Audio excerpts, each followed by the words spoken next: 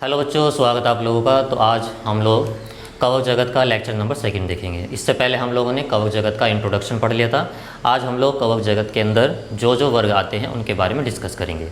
तो कवक जगत जो होता है इसको बांटा गया है 4 वर्गों में।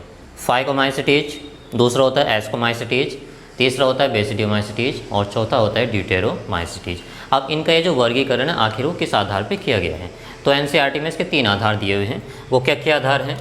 एक तो कवक जाल की आकार की, यानी कि माइसीलियम की या फिर हाइफी की मार्फोलॉजी के आधार पर उसकी संरचना कैसी है, या जो बीजाणु या स्पोर बन रहे हो किस प्रकार के बन रहे हैं, चल बीजाणु बन रहे कि अचल बीजाणु बन रहे हैं, और वो बीजाणु धानी के अंदर बन रहे कि बाहर बन रहे हैं। भाई अगर अंदर बनते हैं तो उनको अंतर्जातीय या एंडोजीनस बोलते हैं, बाहर बनेंगे तो उनको बाह्यजातीय या एक्सोजीनसली बोलेंगे। इसके अलावा फलनकाय के बनने की विधि, जो फ्रूटिंग बॉडी बन रही है वो किस प्रकार की बन रही है। तो ये 3 आधार पे कवक जगत को 4 वर्गों में बांटा गया है। तो स्टार्ट करते हैं। सबसे पहला वर्ग जिसका नाम है बच्चों फाइकोमाइसिटीज। तो देखिए ये सबसे प्राचीन वर्ग माना जाता है कवक जगत का, यानी जितने भी प्राचीन लक्षण हैं वो सभी इसके अंदर पाए जाते हैं। जैसे कि अगर मैं बात करूं सबसे पहले कि इनका आवास या वास स्थान क्या क्या हो सकता है, ये किस किस जगह पे पाए जा सकते हैं। तो जितने भी कवक हैं आपको पता होगा वो सभी नम जगह पे पाए जाते हैं, कुछ मिट्टी के अंदर पाए जाते हैं, तो कुछ परजीवी होते हैं, तो कुछ लकड़ियों के ऊपर ग्रोथ करते हैं। ओके, तो यहाँ पर फाइकोमाइसिटीज के जो सदस्य होते हैं ये जलीय आवासों में भी पाए जा सकते हैं बच्चों। इसके अलावा गली सली जो लकड़ी है ये उसके ऊपर भी वृद्धि करते हैं। जहाँ पर बहुत ज़्यादा नमी है या सीलन आ गई है उन जगह पर भी ये पाए जा सकते हैं, या फिर ये पौधों के ऊपर अविकल्पी परजीवी के रूप में भी मिल सकते हैं। अविकल्पी परजीवी वे होते हैं जिनको उनके होस्ट से अगर अलग कर दिया जाए तो वो मर जाते हैं, तो ये कहलाते हैं अविकल्पी परजीवी। इसके अलावा इनके अगर माइसीलियम की बात करें या हाइफी की, तो इनका कवक जाल बच्चों एसेप्टेट होता है, यानी इसमें बीच में कोई पट्टी नहीं पाई जाती है। बहुकेंद्रकीय यानी कि सिनोसिटिक होता है। अब ये क्या है तो मैं यहीं पे बता देता हूँ ज़रा। तो ये मान लीजिए इनका हाइफी है, ठीक। तो इनके हाइफी के अंदर कोई भी पट नहीं पाया जाता है, और इतने सारे यहाँ पे बीच बीच में केंद्रक आपको मिलेंगे, बीच में कोई भी पट्टी नहीं पाई जाएगी, जिसकी वजह से ये हमें कैसा दिखाई दे रहा है, बहुकेंद्रकीय दिखाई दे रहा है। तो इसको बोला जाता है सिनोसिटिक एसेप्टेट हाइफी, ठीक। बाकी जितने भी अब 3 वर्ग आने वाले हैं उन सभी के हाइफे में क्या होगा, बीच में एक पट्टी पाई जाएगी, तो उनको बोलेंगे सेप्टेट हाइफे। इसके अलावा इनमें अगर जनन की बात करें तो इनमें अलैंगिक और लैंगिक जनन दोनों मिलता है। अलैंगिक जनन बीजाणु के द्वारा होता है।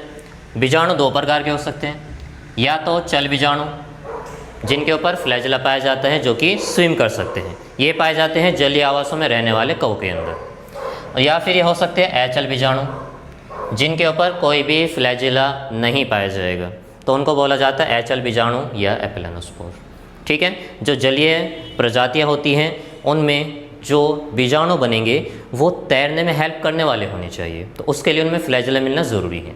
तो जलीय आवासों में मिलने वालों में ज़ूस्पोर मिलेगा। बाकी जितने भी कवक है जो जलीय नहीं हैं उनमें बीजाणु कैसे बनेंगे, अचल बीजाणु बनेंगे। और ये बीजाणु ऐसे नहीं कि बाहर बनते हैं, ये एक बीजाणु धानी के अंदर बनते हैं, और उस बीजाणु धानी के अंदर ये सारे बीजाणु बंद रहते हैं। तो इस प्रकार के बनने की प्रक्रिया को, बीजाणु बनने की प्रक्रिया को क्या बोला जाता है, एंडोजीनस बोला जाता है। जैसे कि मैंने पहले भी बताया था कि मान लीजिए हमारे पास ये है माइसीलियम, ठीक। इसमें क्या है, ये कवक जाल हो गया, इसके अंदर बहुत सारे केंद्रक हैं, इसके ऊपर कोई फलनकाय बनेगी या फ्रूटिंग बॉडी, इसमें कोई बीजाणु धानी बनेगी, तो मान लीजिए ये हो गई बीजाणु धानी या स्पोरेंजियम। तो बीजाणु धानी के अंदर अगर बीजाणु बन रहे हैं तो इस प्रकार के बीजाणु बनने की क्रिया अंतर्जातीय या एंडोजीनस कहलाती है। अगर ये बीजाणु धानी में नहीं बनेंगे तो मैं क्या बोलूँगा, इनको एक्सोजीनसली। तो यहाँ पर ये दोनों बीजाणु चाहे ज़ूस्पोर हो या एपिलेनोस्पोर हो, कहाँ बन रहे हैं, बीजाणु धानी में बन रहे हैं, तो इसलिए इनको क्या बोलेंगे, इनको बोलेंगे एंडोजीनसली बन रहे हैं। ये कैसे बन रहे हैं, एंडोजीनसली बन रहे हैं। क्लियर हुआ? चलिए नेक्स्ट, लैंगिक जनन। तो लैंगिक जनन इनमें युग्मकों के संलयन के द्वारा होता है। भाई युग्मक कैसे होते हैं, हैप्लॉइड होते हैं, यानी कि उनमें गुणसूत्र की संख्या आधी रहती है।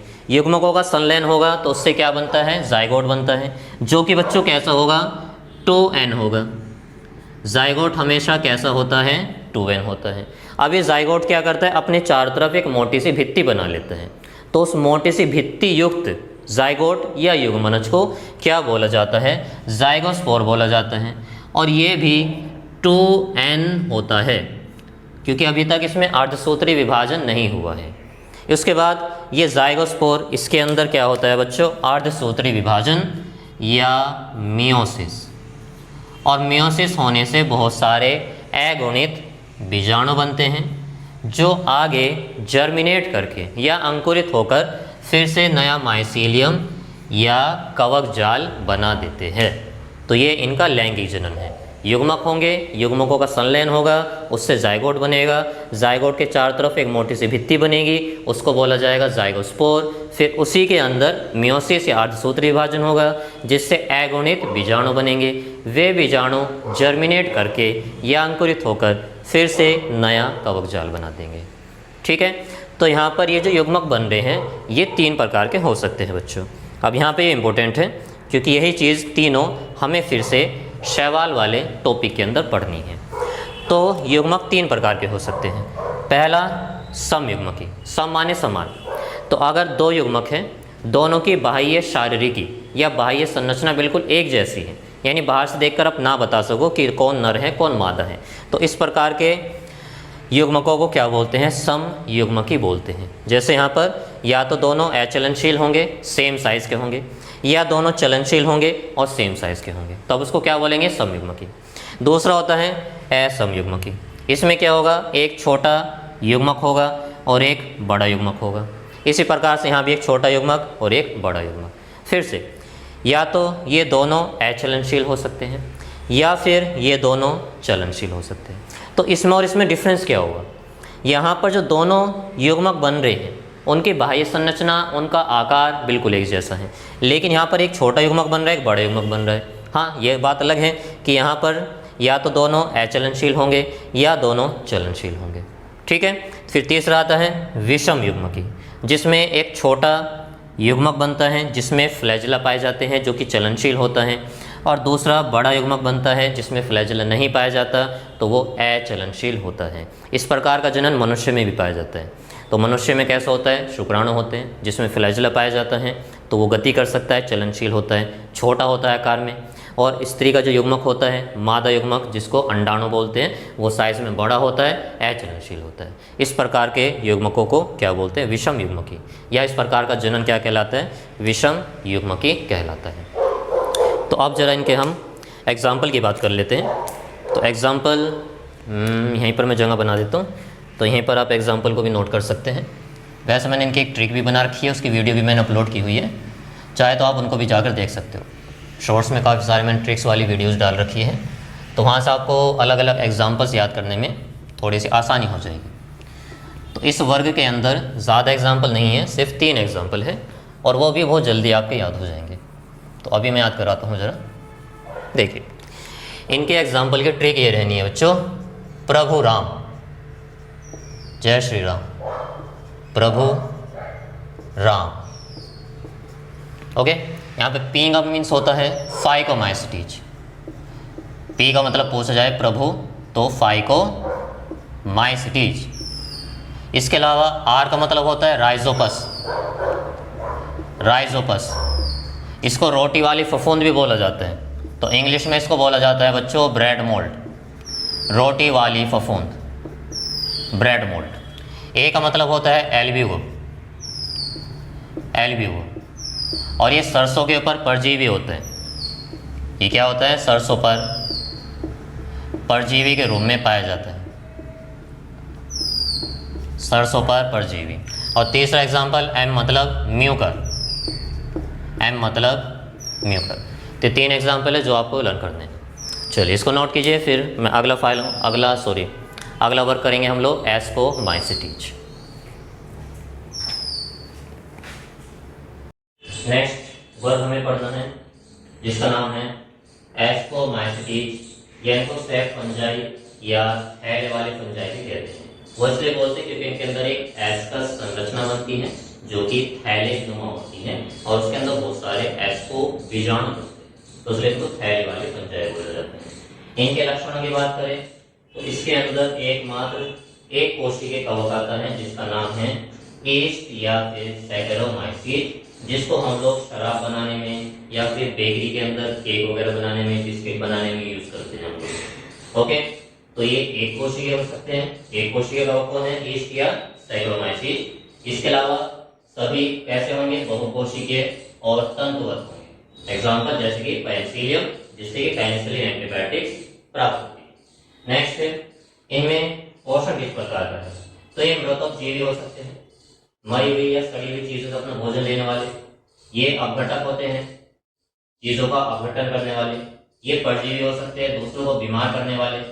या फिर ये जो पशुओं का मल होता है, गोबर वगैरह, उसके ऊपर भी वृद्धि करते हैं। इस प्रकार का पोषण की प्रक्रिया कहलाती है कोप्रोफिलस। ठीक, इनका जो कवक जाल होगा वो कैसा होगा? सेप्टेट या पट्टीय और शाखित होगा। तो बीच में नजर आ रही है पट्टियां, नजर आ रही है यहाँ पर। और हमने इससे पहले देखा था फाइब्रोमाइसीट, तो उसमें बीच में कोई पट्टी नहीं। अब जितने भी बात आएंगे उन सभी में पट्टी जरूर पाई जाएगी। तो सभी के माइसीलियम कैसे रहेंगे? शाखित होंगे और पट्टीय या सेप्टेट। जनन की बात करें जो कि इंपॉर्टेंट है, जहां से क्वेश्चन आता है, तो इनमें अलैंगिक जनन जो होता है बच्चों, वो अलैंगिक जनन कई प्रकार हो सकते हैं। यहाँ पे मैंने फिलहाल कोनिडिया लिखा हुआ है, लेकिन इसके अलावा इनमें विखंडन भी हो सकता है बच्चों। इनमें अलैंगिक जनन विखंडन के द्वारा भी हो सकता है। इनका जो वो है माइसीलियम, वो अनेक भागों में टूट जाएगा और फिर उससे नए माइसीलियम बन जाता है। या फिर इनमें मुकुलन हो सकता है, जो कि ईस्ट के अंदर पाई जाती है। तो ईस्ट क्या होगा? एक छोटा सा अपने ऊपर एक उभार बना लेगा, वो उभार धीरे धीरे वृद्धि करता चला जाएगा और बाद में वो अपने जन्म से अलग होकर नया जीव भाई का निर्माण करेगा। इसके अलावा ईस्ट के अंदर ही देवी विभाजन भी पाया जाता है। बाइनरी ये दोनों प्रक्रियाएं किसमें मिलेगी? सिर्फ मुकुलन और द्वितीय विभाजन ये ईस्ट के अंदर पाया जाता है, बाकी विखंडन ही इनमें मिल सकता है। ओके, तो ये इनका वेजिटेटिव रिप्रोडक्शन हो गया। अब अलैंगिक जनन की बात करें तो अलैंगिक जनन में किसके द्वारा होता है? कोनिडिया के द्वारा, जो कैसे बनते हैं? बहिर्जातीय या शरीर के बाहर बनते हैं। अब इसको समझते हैं, ध्यान से समझिएगा। ये इनका कवक जाल है जो कि कैसा होता है? एरोनिक होता है। अब इस कवक जाल में क्या होता है? इसमें वृद्धि के द्वारा कुछ ऊपर की तरफ संरचनाएं बनी है जिनको फ्लोटिंग बॉडी या फलनकाय कहते हैं, और इन फलनकाय को बोला जाता है कोनिडियोफोर, क्योंकि कोनिडिया को धारण करने वाली, तो इसलिए संरचना का नाम है कोनिडियोफोर। फिर इनके ऊपर क्या बनते हैं? एगोनिक कोनिडिया, और ये कोनिडिया भी कैसे हैं? ये भी एगोनिक। यहाँ पर जो भी विभाजन होगा वो सारा समसूत्री विभाजन, क्योंकि यहाँ गुणसूत्र की संख्या में कोई परिवर्तन नहीं हो रहा है।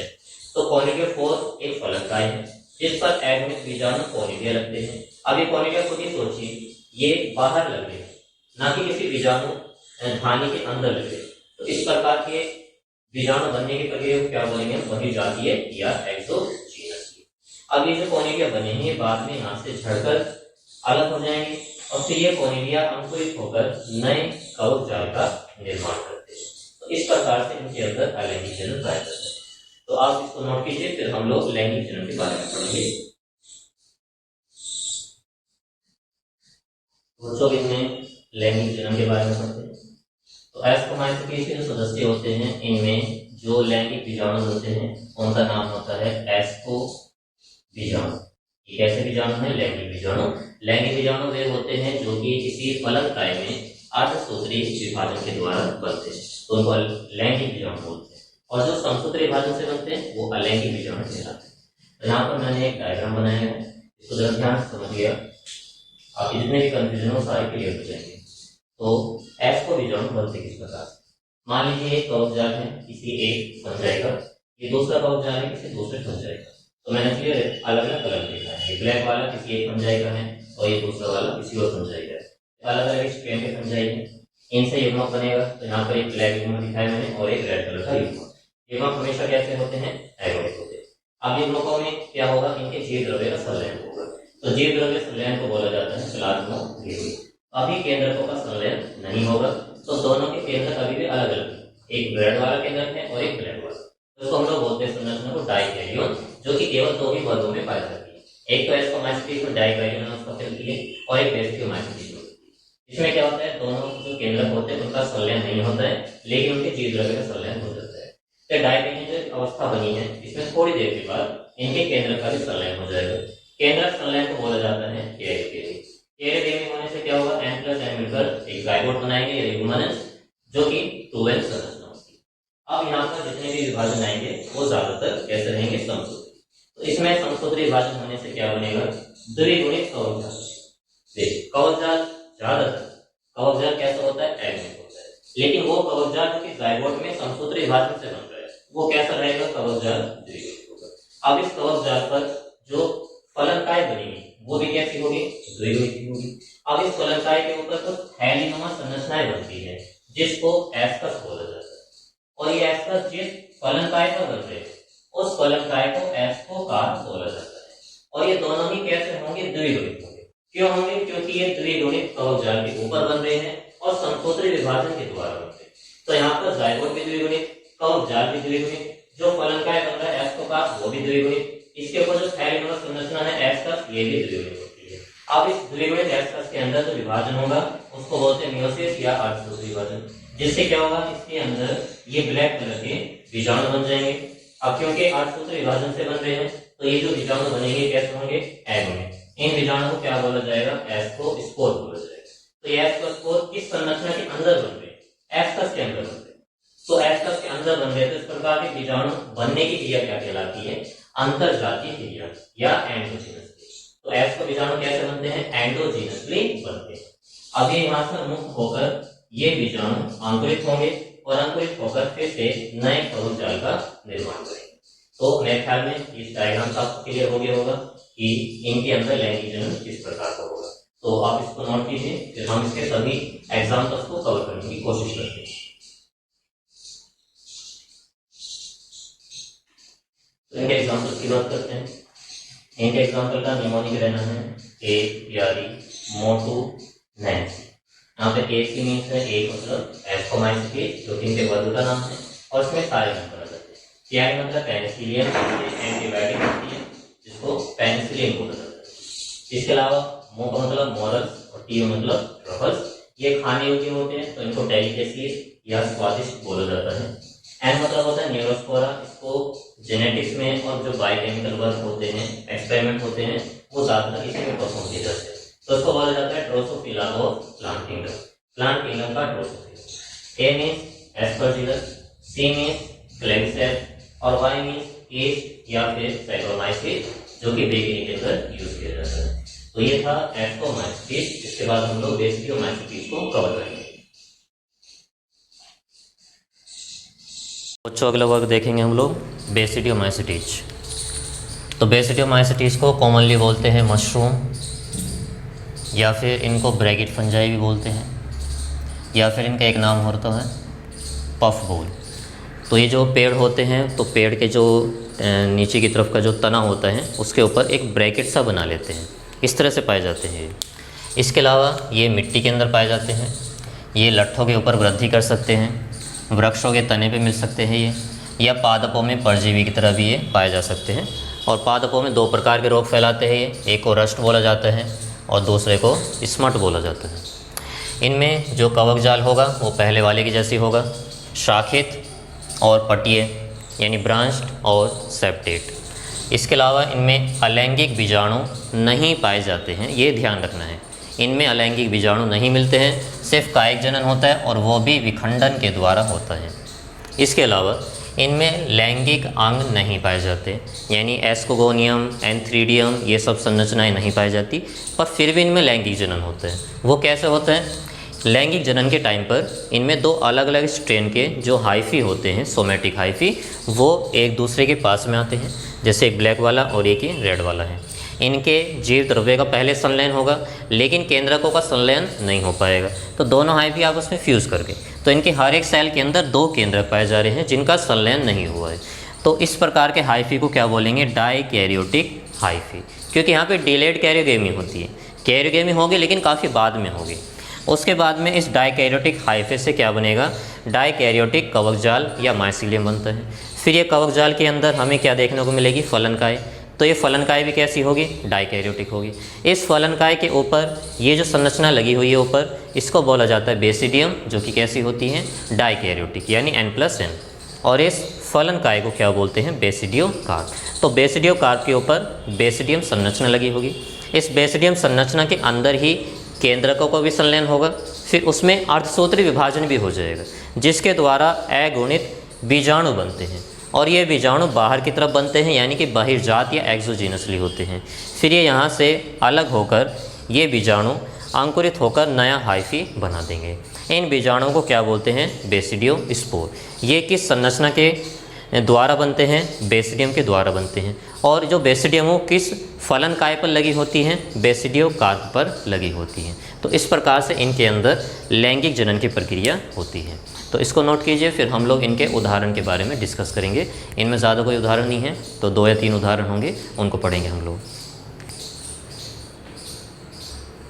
तो बेसिडियोमाइसिटीज के मेंबर्स को याद करने की ट्रिक ये रहनी है, बापू। बी मीन्स है बेसिडियोमाइसिटीज, जो कि इसके वर्ग का नाम है। इसमें 3 मेंबर आ जाते हैं। ए मीन्स अगेरिकस, जिसका कॉमन नेम होता है मशरूम, और ये खाया जाता है, तो ये खाने योग्य कवक है।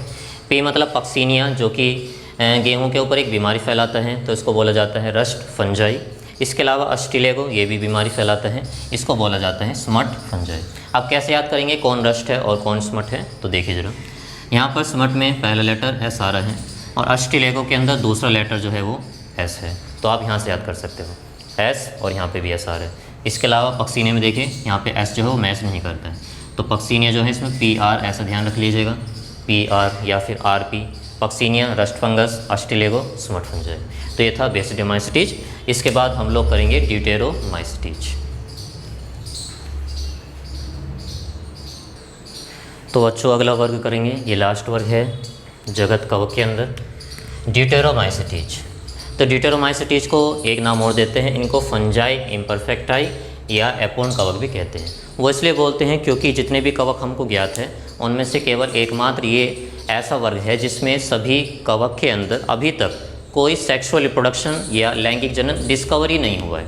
मतलब मिलता होगा, लेकिन अभी तक हमें नहीं पता लगा है, तो इसलिए हम लोग बोलते हैं कि ये जो कवक है वो कैसे हैं, एपोन है। इनमें लैंगिक जनन एब्सेंट होता है, सिर्फ अलैंगिक जनन पाया जाता है, और वो भी होता है कोनिडिया के द्वारा। तो इनमें लैंगिक जनन प्रायः नहीं पाया जाता है। अलैंगिक जनन होगा, और वो भी किसके द्वारा होगा, कोनिडिया के द्वारा होगा। ये मृतोपजीवी हो सकते हैं, सड़ी गली चीज़ों से अपना भोजन लेंगे।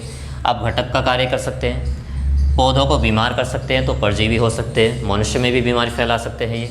इसके अलावा इनका एक रोल होता है, ये मिनरल की रिसाइकलिंग में हेल्प करते हैं। इसके अलावा इनका जो कवक जाल है तो वो ये रहेगा, जो कि पहले था सेप्टेट यानी कि पट्टिए, और ब्रांच्ड यानी कि शाखित। इसके याद करने की ट्रिक ये रहनी है, डॉक्टर साहब, डॉक्टर। डी मीन्स ड्यूटेरोमाइसिटीज, और इसके 3 मेंबर आते हैं। ए मीन्स अल्टरनेरिया, सी मीन्स कोलेडोट्राइकम, और TR मीन्स होता है ट्राइकोडर्मा। तो ये था जगत फंजाई के बारे में। फिर हम लोग करेंगे इसके बाद में नेक्स्ट टॉपिक। तो तब तक के लिए थैंक यू।